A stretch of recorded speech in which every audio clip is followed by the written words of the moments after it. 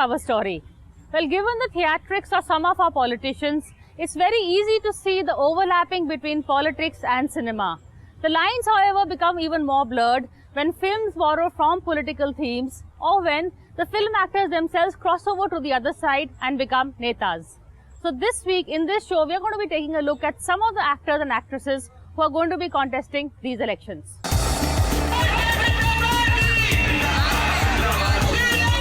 Dream girl Hema Malini is seeking re-election from a constituency in Mathura, from where she scored a high-profile win during the 2014 Modi wave. However, her campaign this time round is grabbing headlines for all the politically incorrect reasons. The fun began when she posted pictures of her first day on the campaign trail, posing with the women working in the fields, brandishing a sickle in pure filmy style, while another shot had her carrying a bundle of hay in true Basanti style. Of course, all this was underscored with a third shot that had her stepping out of a helicopter. When Hema Malini was trolled for this, she expressed surprise, saying that everyone in Bombay was very happy to see the pictures, while Dharmendra ji, her husband, thought she looked wonderful. But one is not quite sure if her voters too see it the same way. But anyway, at least she has the vote of the one jat that matters most to her in this jat belt. That was not all. Some more pictures followed. Hema Malini driving a tractor that, surprise, came with the sunroof to boot. Or then, holding a random baby in her arms, but from the safety of her air-conditioned Mercedes SUV. Interestingly, much of her campaign is carried out from the safety of her air-conditioned Merc. When she wants to interact with the public, then she just raises the sunroof and ascends, while someone rushes with a black umbrella to save her from the harsh glare of the sun. No matter that the public has waited in the same harsh glare to have a glimpse of their 5-star MP.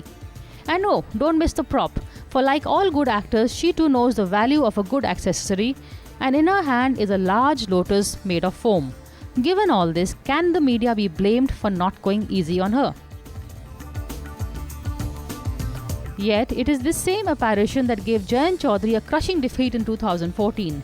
Despite his son of the soil and grandson of Chaudhary Charan Singh credentials, it was this cinestar from Mumbai who stole the show.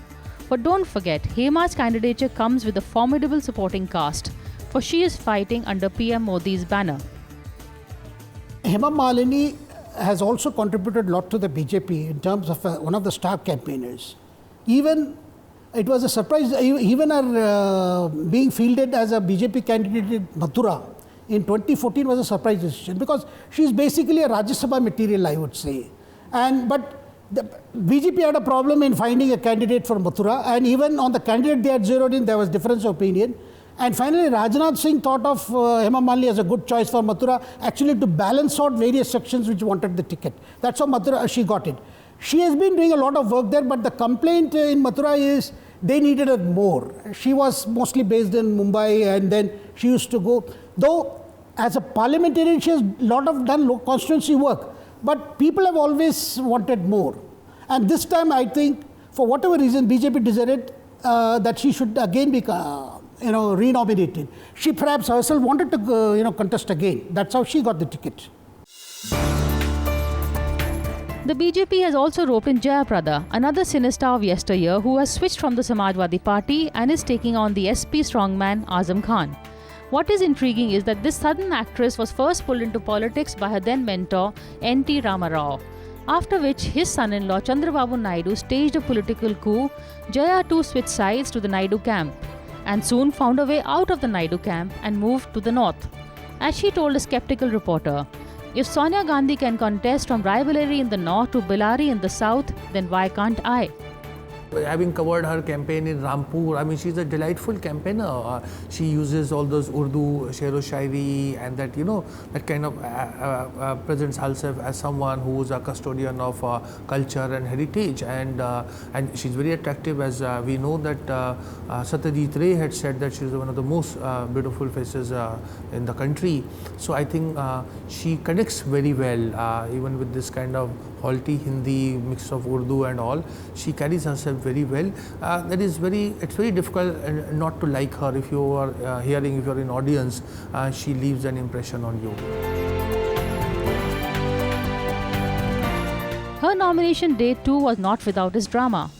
Filing the papers on her birthday, Jaya first stopped at a temple thanking the BJP for this special birthday gift. Then, resplendent in crimson and gold sari, she gave a live performance. Eyes brimming with tears, she told the crowd that the reason why she left Rampur, her former constituency, was because she was threatened by Azam Khan and SP goons who threatened to throw acid on her face. But now she had the strength of the entire BJP behind her and was back in Rampur ready to take on those whom she had clearly identified as the villains of this piece.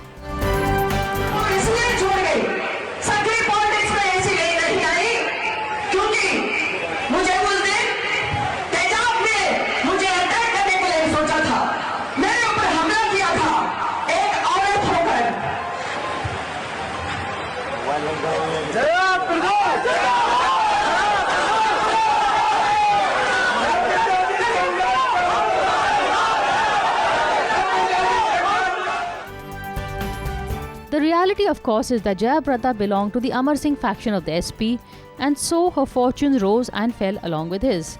In fact, it was Amar Singh who was responsible for bringing the Fingsa Brigade to the Samajwadi Party, turning the socialist outfit into a socialite platform with glitz, glamour and drama.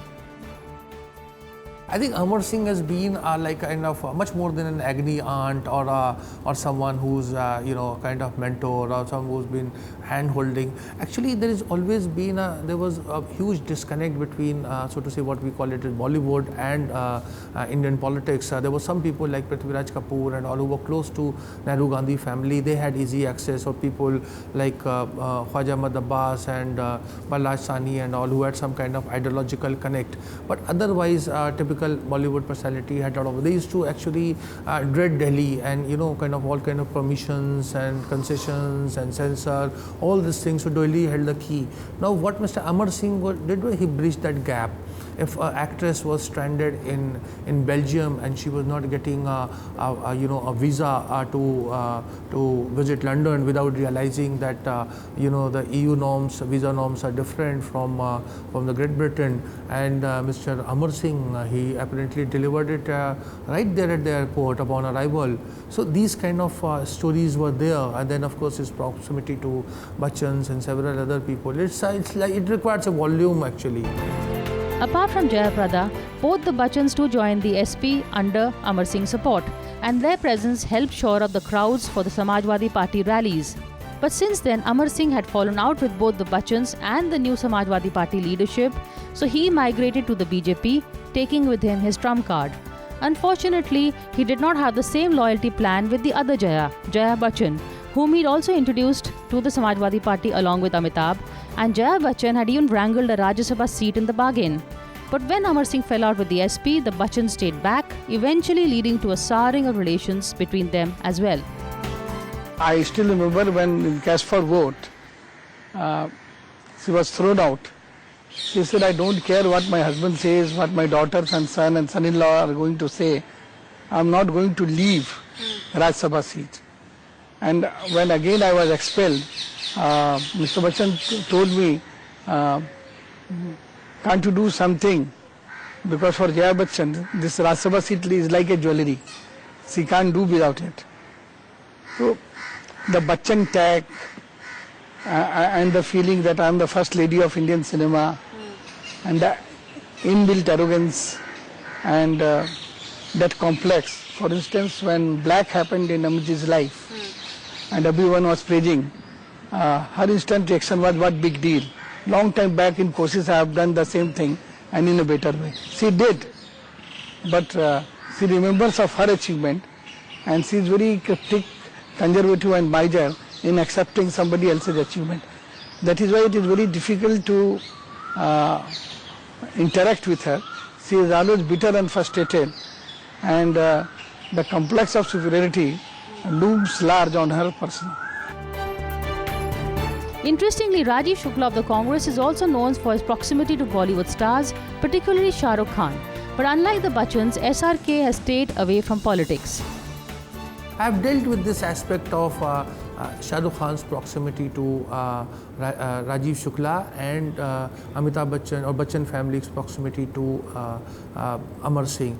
Amar Singh was always on call. I mean, the Bachchans were calling, and if Amar Singh called, immediately the call will be returned, and whatever was required to be done would be done.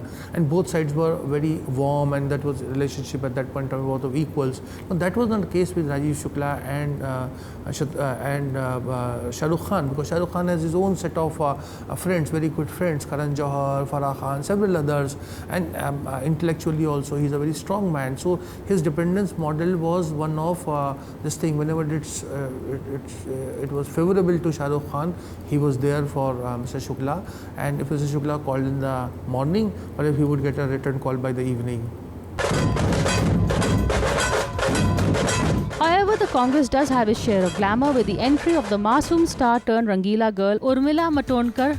In fact, one of the first things that Milind Deora did after taking over as Mumbai Regional Congress chief was to induct Urmila into the Congress. And soon afterwards, she was given a ticket from Mumbai North, which is a BJP stronghold. Perhaps both Milind and Rahul Gandhi hope that their candidate's star power will do the needful.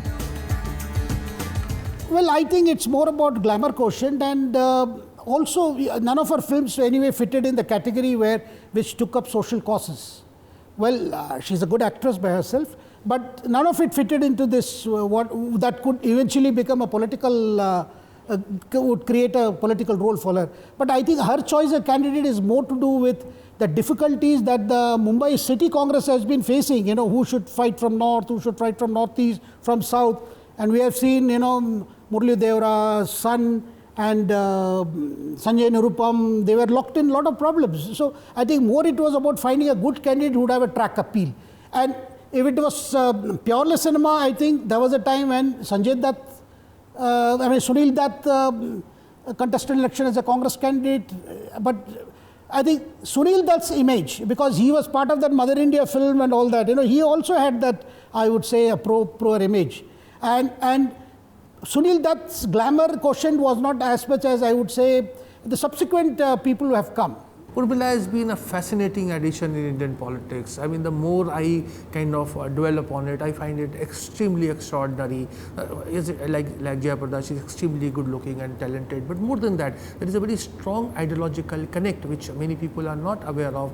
Her father, Shrikant Badgonkar, was a very big trade union leader, not big in the sense of big in stature, but someone who was full time into it.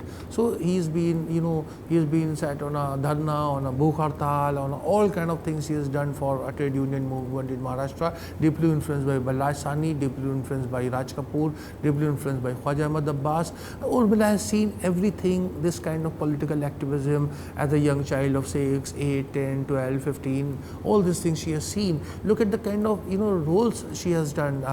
Look at the film, that Droh that she acted, and the Maine Mahatma Gandhi Ko Nahi Mara, which with Anupam Kher. A fascinating story about a man who just was passing by, and a dart hits, and at that time news comes that Mahatma Gandhi has been assassinated, and he develops a kind of thing that as if he has killed Mahatma Gandhi. And Urmila attended to that, such a man who was going through this kind of mental psychological trauma. I think Urmila is very firm and strong in terms of her mental makeup. She will be an asset to Indian politics.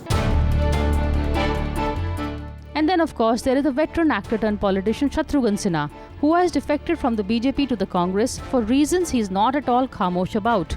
On the record, he will moan about the one-man dictatorship of Narendra Modi, but the off-screen reality is that he has not found favour in the new dispensation which associates him with the old guard and the LK Advani camp. These elections, Shatrughan will be fighting from his old seat Patna Sahib in Bihar, but he will be taking on BJP strongman Ravi Shankar Prasad. To win, the actor is going to have to give the performance of his life. See, Shatrughan Sinha was a good actor, very good actor on the screen, but then he didn't know where to stop his acting. So, and also a man, a talented person who did not realize that he had to somehow fit into the party. So long as Advaniji was at the helm of the BJP, the party put up with all his, I would say, his antics. He was made a union minister, but then he was not a very functional union minister. Many people felt that Sinha was not focused on role. And Sinha himself did not feel that he could be constrained by the offices or the responsibilities that a ministry required of him. Therefore, Sinha was not a successful minister. But then he had his own persona and a personality, and he had done a lot of campaigning for BJP, during the run-up to, we saw him do a lot of work in '99, we saw him a lot of work in subsequent elections, but then he always felt less compensated. So there was a grievance, and even his getting ticketed in 2014, if I remember, that Patna rally in October of 2013, which Modi ji addressed in, and I think Shatrughan Sinha invited himself to the stage, if I remember. And subsequent to that, somehow he didn't fit in here. And Shatrughan Sinha, like Yashwant Sinha, always they were looking at their entitlements. But the BJP had undergone a tremendous change and did not respond to leaders who always had a grievance because they felt they were entitled to something.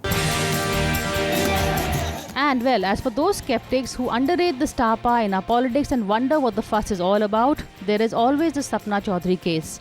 For over a day, the media stopped beaming shots of the PM and his latest Mann Ki Baat, stopped covering the going-ons in the general elections to focus on just one item. Will Sapna Chaudhary join politics or not? An eager Congress even announced her arrival only to have this rejected by the Haryanvi Bhojpuri dancer. No matter. For an entire day's news cycle, viewers were treated to snapshots of a star number and danced to the tune of Teri Ankhya Kayo Kajal. So what if this was a non-news story? I think so. I think sometimes you see the film actor and actresses actually they come under very close public scrutiny. Look, they are end of the day they are professionals. They are in politics, but there are several people who are in politics and they are professional. You look at lawyers, lawyer community.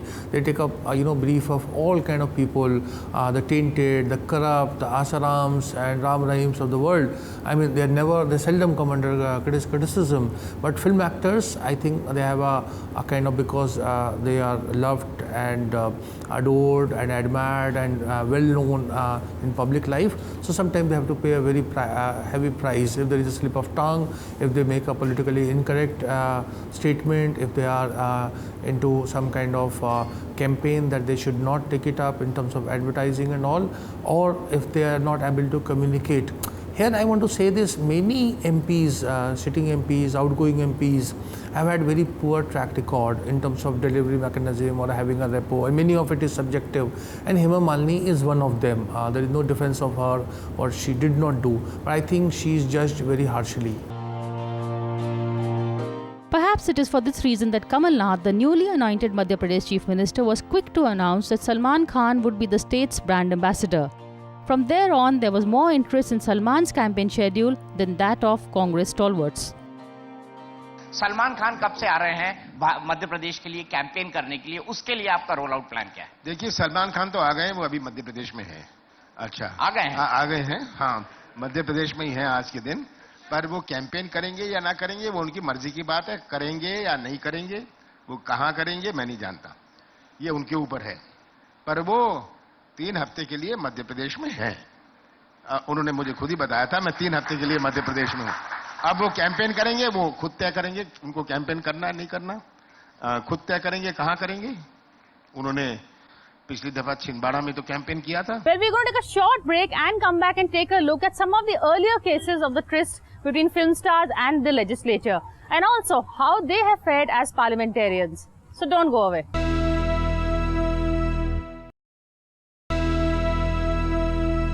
Welcome back to Cover Story. This week we are taking a look at the role of Bollywood politicians as film stars. How do they fit in this new role? That's something we are going to be taking a look at. It is not just the actors, even Bollywood films undertake political roles with some of their themes, and more importantly, it is the timing of these films that is pretty important. We all recall the 1975 film Andhi that was based on Indira Gandhi's life. More recently, the Election Commission banned the release of Namo, a movie extolling the life and times of Prime Minister Narendra Modi. This was to be released on election eve. However, 2 other movies with a clear political agenda, Uri and The Accidental Prime Minister, made it to the big screen a few months before the polls. But can movies such as these really influence the poll narrative?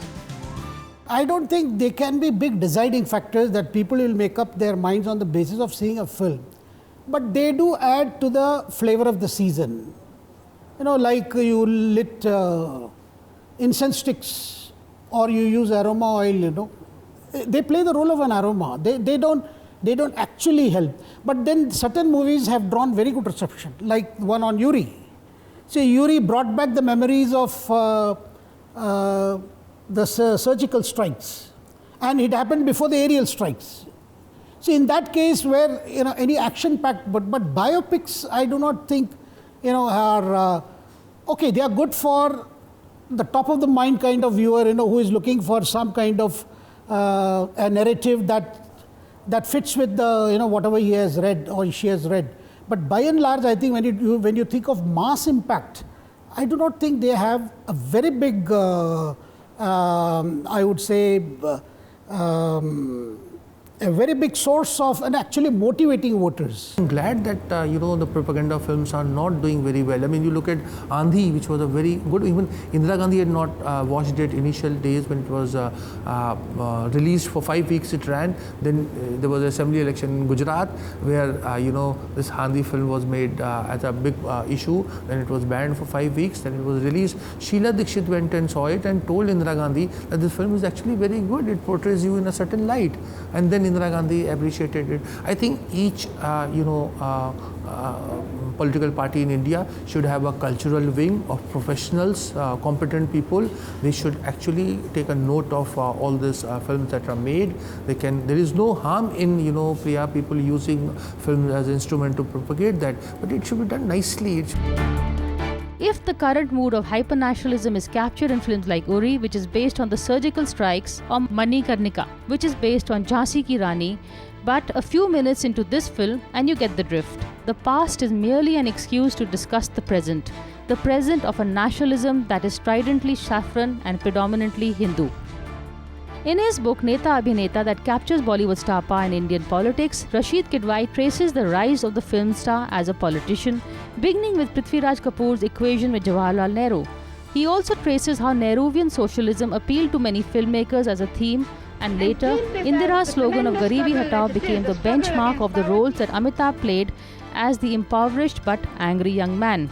The connection between the Bachchans and the Gandhis began with their parents, but it was Rajiv Gandhi who got Amitabh Bachchan into politics when he fielded him to defeat H.N. Bahuguna in the 1984 election in Allahabad. In true filmy style, Jaya Bachchan campaigned for her husband, asking the people to give them her vote as Muh Dikhai, for Allahabad was the home of her father-in-law Harivansh Rai Bachchan. Stars coming into politics, particularly in the South, had a lot to do with the way the political cinema evolved in Tamil Nadu. See, Tamil Nadu, what happened, the script writers like Annadurai, Karunanidhi, they were also activists in the Dravida Kazhagam, which was the Periyar's movement. So a lot of their scripts and story plots had this rather revolved around the downtrodden, the poor person, the exploited. So therefore they wrote scripts that had characters who played the hero of the downtrodden, who played the Robin Hood. So therefore, first it was Shivaji, whose famous film was Parashakti, where he spoke about an unemployed youth who speaks out against exploitation by the wealthy class. And subsequent to that, M.G. Ramachandran or MGR replaced Shivaji Ganeshan. And all his films, more than 100 films, had this theme of fighting injustice, fighting the bad in the society, fighting for the poor, fighting for women's honor. So all those had a political hue, which helped Annadurai and Karunanidhi emerge as Dravida Munnetra Kazhagam leaders or the DMK leaders, because they broke away from Periyar. And they started a political movement. So the films and their public rallies were in tandem. So therefore, the public could respond to the speeches by these great leaders. At the same time, what they saw on the stage, on the screen, matched with the narrative. But then it took a long time. It was not with one film or two films. There were a series of films. And also you had lyricists like Kannadasan, people who actually wrote songs that, like you had, Sayur Ludhianvi in the north, who wrote those left of center songs, or you had like film like Fir Subah Hogi. You can see that passion of the working class trying to reach out, come out of that burden that they have been carrying for too long. So therefore, political cinema clicks when it is well planned and it's over a period of time. Nehru had a very huge impact on Bollywood, not only in terms of personality, but the theme song. Most of these films of, I will call about Dilip Kumar's movies, or Mehboob, or Raj Kapoor, Prithvi Raj Kapoor. In my book, I have written that when Nehru went to see Stalin in Russia, and Stalin said, Stalin was talking very highly of, a film called Awara of Raj Kapoor. So, and Nehru had not seen that movie. When he returned and he told Prithvi Raj Kapoor, what has your son done, that vagabond? Stalin was talking about it. So Nehru used actually, film industry for kind of cultural diplomacy, and Far East, in Russia, Europe, several Arab nations and all. I think he understood that value of film actors, and he was actually lucky that he got very good filmmakers as well as actors to assist him. Well, as you can see, whether it is politics or films, 90% of the story is all about lights, camera, action. Whether it is Man Ki Baat or Public Se Baat, the main issue is getting the act right. It's all about theatre, it's all about flair, it's all about drama, and of course, it is also all about the right script. But from us, that's all this week. Thank you for watching this show of Cover Story. We'll see you again, same time next week.